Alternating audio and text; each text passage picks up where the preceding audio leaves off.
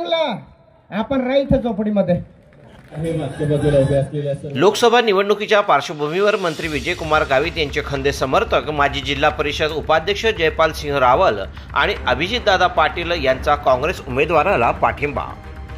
याबाबत सविस्तर वृत्त असे। नंदुरबार लोकसभा मतदारसंघाच्या निवडणुकीची सूचना जारी झाल्यानंतर विजयकुमार गावित यांना मोठा धक्का बसला आहे।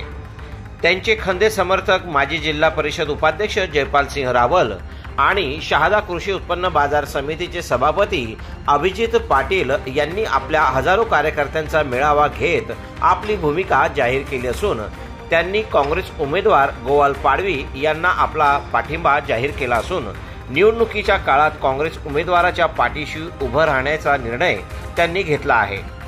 जिल्ह्यातील विजयकुमार गावित आणि परिवाराच्या एकाधिकारशाहीला कंटाळून हा निर्णय घेतला असल्याचा दोघे दिग्गज नेत्यांनी सांगितले आहे। या राजकीय घडामोडीनंतर जिल्ह्यातील राजकारणात अनेक मोठ्या राजकीय घडामोडी घडणार आहेत असा अंदाज राजकीय जाणकारांनी व्यक्त केला आहे। INDTV news bureau Shahada. चमचागिरी करणारे चमचा इकडे तिकडे हलवत होते, कारण या तालुक्यामध्ये काही चमचे असे आहेत की शहादा तालुक्याच्या रेस्ट हाऊस मध्ये कुठला नेता आला तर त्याचा दरवाजा उघडायला तो एकच माणूस दादू सर। आणि अशा लोकांनी कार्यकर्त्यांमध्ये तालुक्यामध्ये संभ्रम निर्माण करण्याचा प्रयत्न केला। खरं म्हणजे आम्ही आघाडी निर्माण करून आम्ही निवडून आलो। जिल्हा परिषद मध्ये किशोर भाऊ, मी आणि इंदास निकुम विरोधात 3 सदस्य होते। बोलायलाही कुणी नव्हतं। जिल्हा परिषदच्या मीटिंग मध्ये फक्त 3 लोक बोलायचे। अशा परिस्थितीमध्ये आम्ही इथं काम करत आलेलो आहोत। एकाने तर व्हिडिओ दाखवला मला, तो म्हटला दादा ही बघा, ही मणिपूरचा व्हिडिओ बघा म्हणे आमचा, तुम्ही सांगा आम्ही काय केलं पाहिजे। एक आपल्या समाजाची जर कधी महिला जिची नग्न धिंड अख्खा मॉब काढत असेल, बेधुंद जमाव काढत असेल आणि त्याच्या बाबतीमध्ये एक चकार शब्द सुद्धा जर कधी आमचा निवडून आलेला खासदार बोलत नसेल तर त्याला आम्ही मतदान करू शकत नाही, ही भूमिका आदिवासी बांधवांनी घेतलेली आहे। जिल्हा परिषद सदस्य माझा आजोबा आणि 77-78 पासून तर 99 पर्यंत साला आम्ही एकमेव उमेदवार भाजपचे।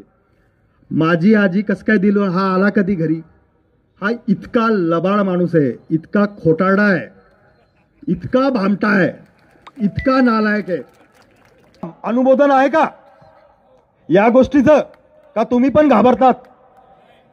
मुंबईला बंगला, दिल्लीला बंगला, हैदराबादला बंगला, आपण राहतो झोपडीमध्ये।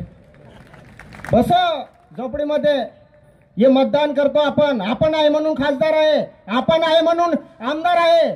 आपण तर नाही राहिलो मग मतदान आहे आपले, आपण हक्काचे आहे, आपण दडदडीत बोलू शकतो आपण। 1947 ला भारत स्वतंत्र झाला, तेव्हा जशी गुलामगिरीत होतो ना तसं आता हे 10 वर्ष गुलामगिरीत राहिलो आपण। लक्षात राहू द्या। एखाद्या नेत्याने थोडं बोललं लागे उचलून टाकलं जेलमध्ये, केजरीवालला बोललं नाही बोललं गेलं जेलमध्ये। आपण तर लहान कार्यकर्ते आहे बाबा, उचलून टाकलं पण काय नाही। मुन्ना राऊत साहेब आहे आपल्या बरोबर आणि अभिजित दादा आहे, आमच्याला देऊन टाकली, त्याची जीएसटी काटली 1,50,000, इंजिनियरला दिले 30, एखादा फुडेर आला त्याला दिले 50, 10 लाखामध्ये फक्त 4 लाख उरले। 4 लाखात कस खडी घ्यायची का सिरमीट घ्यायचं काय घ्यायचं सांगा?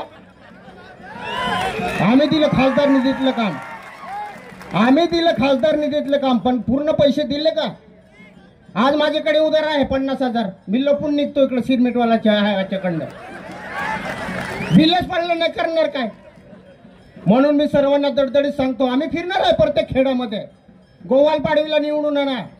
या 7 फुटाच्या टॅटिंग मध्ये आता खासदारच्या तिकीट भेटलेलं आहे। एक वेळा केशी पाडवीला पाडला, आता उचला इकडे खासदार। सर्वांना आम्ही फिरणार आहे। मुन्ना दादांनी मला घरी निघताना फोन केलाय, शिवाय दादा कुठे आहे? दादा मी इथं मासवातला आहे, गाडी इथं लोणखड्या झाली पेन्सर। वेशाला सांगितलं सुधरव बाबा, मीटिंग संपून जाईल तेव्हा जाणार। तर सर्वांना मी एकच विनंती, आज आम्ही खरं म्हणजे जनतेच्या मनातनं काय विचार आहे, जनतेने त्यांच्या मनामध्ये काय, कार्यकर्त्यांच्या भावना काय जाणून घेण्यासाठी आम्ही आज ती सभा घेतली होती। आणि त्याच्यामध्ये जनतेने आपण सर्वांनी बघितलं असेल, तुम्ही पण सुद्धा बघितलं असेल की जनतेने दोघं हात वर करून आम्हाला काँग्रेस पक्षाचं काम करण्यासाठी आदेश दिला आणि जनतेचा आदेश सर आकोपर जनतेच्या पुढे आम्ही नाही, जनताने जो आम्हाला आदेश दिला त्याप्रमाणे उद्यापासून आम्ही काँग्रेसचं काम करणार। लोकसभेच्या निवडणुकीच्या अनुषंगाने आज मी आणि या परिसराचे नेते माननीय मुन्ना दादा यांनी आमच्या सर्व सहकाऱ्यांची आणि कार्यकर्त्यांची बैठक बोलावली होती। या बैठकीमध्ये आम्ही कार्यकर्त्यांनी जे आम्हाला सांगितलं की यावेळेस भारतीय जनता पक्षाच्या उमेदवाराला मतदान न करता काँग्रेसचे ॲडव्होकेट गोवाल पाडवी यांच्या पाठीशीच आपण सगळ्यांनी उभं राहायला पाहिजे अशा प्रकारची भूमिका कार्यकर्त्यांनी घेतली होती आणि तीच भावना आम्ही जाहीररित्या व्यक्त केलेली आहे। येणाऱ्या काळामध्ये आम्ही जे काँग्रेसचे उमेदवार आहेत ॲडव्होकेट गोवाल पाडवी यांच्या प्रचारार्थ जिथे जिथे आमची गरज लागेल, जिथे जिथे आमचे कार्यकर्ते लागणार आहेत त्यांच्या पाठीमागे उभं राहण्याचं आम्ही जाहीर आश्वासन लोकांना दिलेलं आहे। येणाऱ्या काळामध्ये नंदुरबार जिल्ह्यामध्ये नंदुरबार लोकसभा मतदारसंघामध्ये परिवर्तन होईल अशा प्रकारची अपेक्षा आम्हाला आहे। ज्या लोकांना आमचा निर्णय पटला नसेल त्यांची देखील आम्ही दिलगिरी व्यक्त करतो, कारण की मागच्या अनेक वर्षापासून अनेक सहकाऱ्यांनी आम्हाला हे निर्णय घेण्यास भाग पाडलेला आहे। त्यामुळे आपण सगळेजण आमच्या निर्णयाला पाठिंबा द्याल अशा प्रकारची अपेक्षा व्यक्त करतो। धन्यवाद।